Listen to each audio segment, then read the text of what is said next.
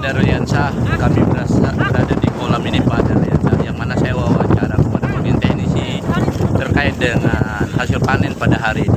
Saya merasa bangga kepada Gubernur Kalimantan Tengah yang bisa memberi manfaat kepada masyarakat setempat, bahwa mereka bisa diberdayakan sebagai tenaga kerja yang ada di wilayah ini. Demikian informasi yang kami dapatkan di lapangan.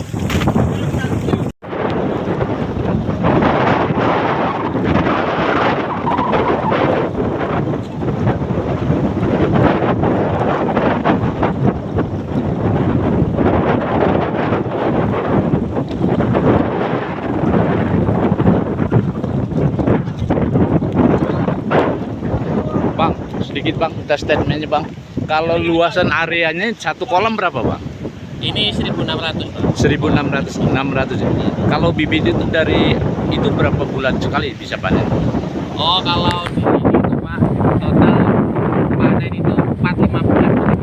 4-5 bulan. Kalau berukuran udang itu berapa senti? Kalau yang ini Pak, bisa 25 Pak. 1 kilo isi 25. Oh, 1 kilo isi 25. Jengkal tangan. Oh, 1 jengkal segini ya. Oh gitu ya. Isi 25 1 kilo. Iya, 1 kilo. 25. Jadi setiap panen per 6 bulan atau per 3 bulan atau per 4 bulan? Kalau kita kan pertama kita panen parsial ya Pak. Parsial. Jadi setiap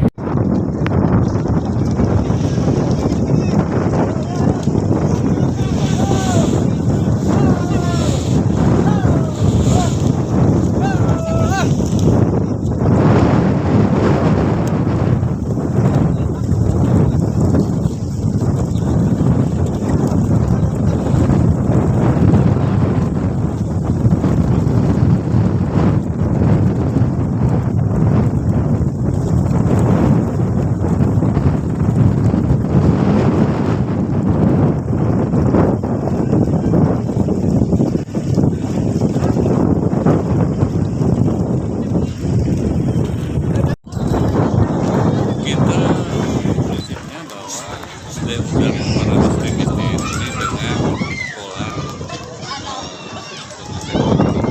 atau supervisasi. Jadi apa namanya dalam budayanya tentunya memperhatikan aspek-aspek apa namanya keamanan dalam budaya. Misalnya seperti benur udang itu harus diperhatikan. Kemudian pakan udang itu harus diperhatikan. Kemudian dalam setiap kelapa budidaya itu ada SOP. Kemudian misalnya untuk limbah kita siapkan limbah. Kemudian untuk ekspor supaya jangan ada ekspor lingkungan itu di pantai serius itu sudah kita tanami vegetasi pantai, bahwa konsep ini kan harus ekosistem biru yang berkelanjutan. Jadi itu.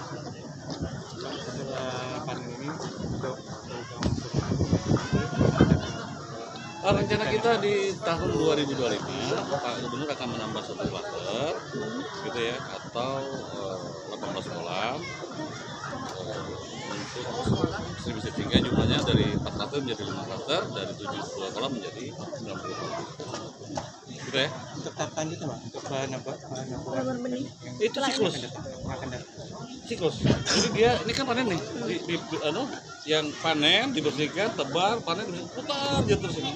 Kita per 3 bulan pasti ada panen, per 3 bulan pasti ada panen. Untuk hasilnya ini berapa kan? Kenapa ini tadi 128 ton atau 89 kuliah yang sudah bisa masuk ke apa namanya menjadi PAD. Gitu ya. Terima kasih.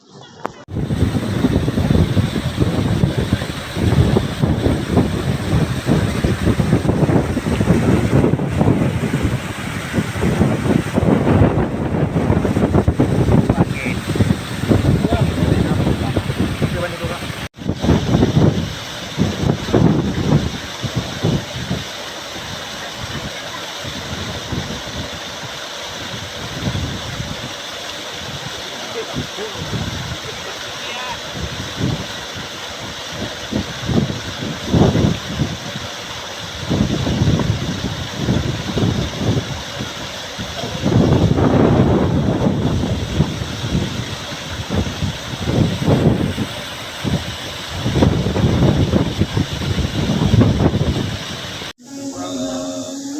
Desa Sengai Raja, Kecamatan Jela ini bisa memberikan hasil yang lumayan bagus ya. Jadi juga saya kan tidak akan terus mendengarkan laporan dari pelaksanaan ini, tapi kita juga tanya dengan mitra kerjanya ya, dari PT Primanya bahwa ini hasilnya lebih baik. Maka tadi sampaikan lebih bagus dari Kebumen ya, undang-undangnya. Tonasinya juga tadi 128 ton ya untuk 2 klaster. Nah kemudian kita kalau seperti itu ya kita ingin rasanya menambah lagi kan gitu, ingin memperluas. Tapi sebenarnya nilai positifnya ini adalah sebagai role model bagi wilayah ini, wilayah barat ya pada umumnya, supaya masyarakatnya juga bisa terbuka untuk membudidayakan udang faname. Dan ini saya kira sangat langkah yang baik karena jadi pegawai karyawan juga akan terserap. Kemudian masyarakat yang mengelola juga bisa saling belajar ya, dengan standar dan ukuran udang yang diharapkan tadi, grade-nya ya namanya itu ya, size-nya ya gitu. Ya intinya bagus lah saya kira. Ini kan termasuk sukses ya Pak ya. Pertama dan bagus. Apakah dari pemerintah provinsi sendiri akan mengembangkan saya ke wilayah lainnya potensinya sama? Iya saya bilang tadi kan jadi role model.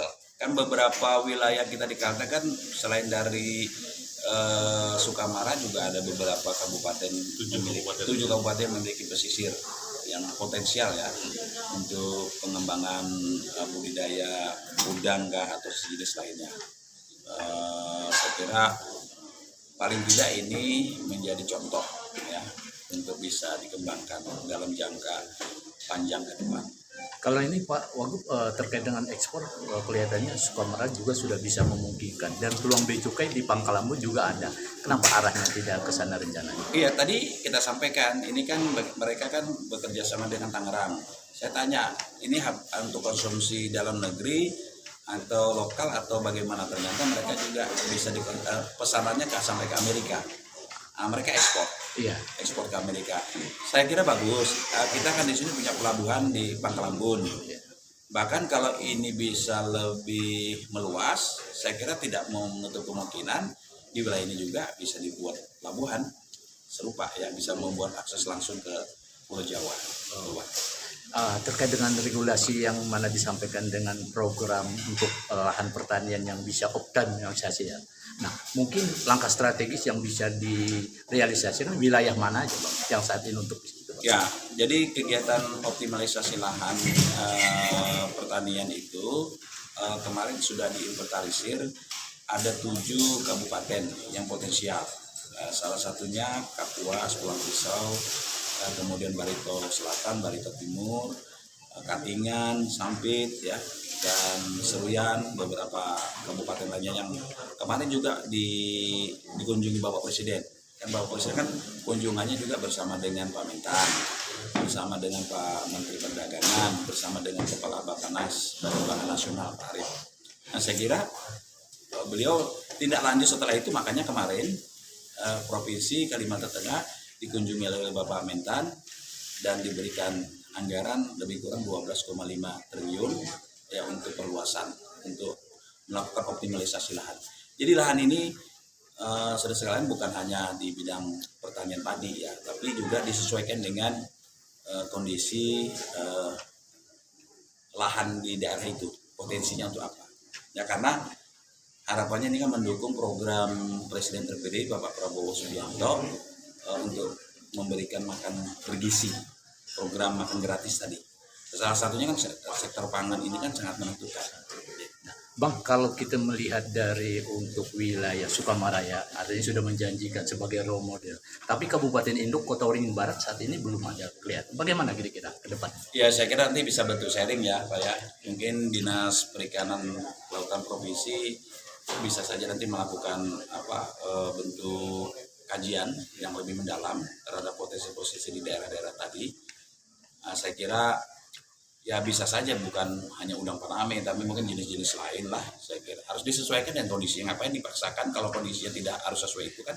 Faktanya kan di Sukamara cocok dengan jenis udang faname. Oke. Makasih Pak. Makasih Pak.